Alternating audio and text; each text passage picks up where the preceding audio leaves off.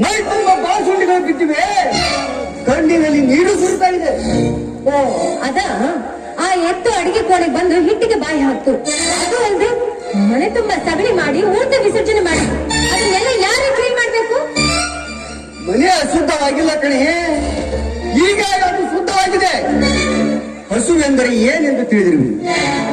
ಕಾಮದಿಯನ್ನು ಕಳೆಯದು ಆ ತಾಯಿ ಮನೆ ಒಳಗೆ ಬಂದು ತಿಂದು ಮೂತ್ರ ವಿಸರ್ಜನೆ ಮಾಡಿದರೆ ನಮ್ಮ ಮನೆ ಪಾವನವಾಯಿತು ಎಂದರ್ಥ. ಅದಕ್ಕೆ ಹೊಡೆದ ತಪ್ಪಿಗೆ ನೀನು ಅದರ ಕಾಲಿಗೆ ಬಿದ್ದು ಕ್ಷಮೆ ಕೇಳು, ಇಲ್ಲದಿದ್ರೆ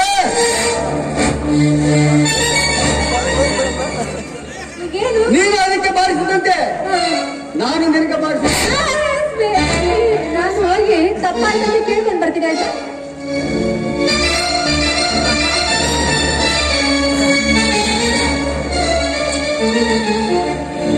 ಅಮ್ಮ ಗೋಮಾತೆ, ನಾ ಮಾಡಿದ ದೊಡ್ಡ ತಪ್ಪಾಯ್ತು, ದಯವಿಟ್ಟು ನನ್ನನ್ನು ಕ್ಷಮಿಸ್ಬಿಡಮ್ಮ.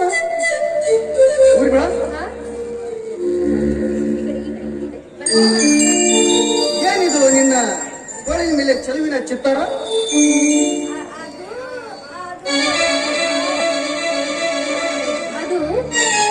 ಅದು ಹೆದರುವಂತ ಗುಟ್ಟೇನು? ಏನದು ಹೇಳಲೇಬೇಕು. ಅದು ನಾನು ಕಾಲೇಜ್ನಲ್ಲಿ ಇರ್ಬೇಕಾದ್ರೆ ನೀಲ್ಕಂಠ ಅವರನ್ನ ಪ್ರೀತಿ ಮಾಡ್ತಾ ಇದ್ದೆ. ಅದು ನನ್ನ ಬಾಯ್ ಫ್ರೆಂಡ್.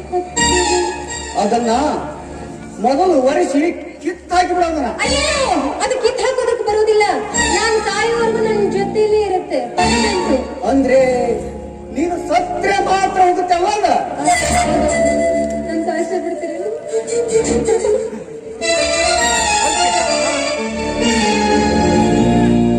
ಸಾವು ನೋವು ಬಿಟ್ರೆ ಬೇರೆ ಸಂಭಾಷಣೆ ಇರುತ್ತಾ ನಿಮಗೆ?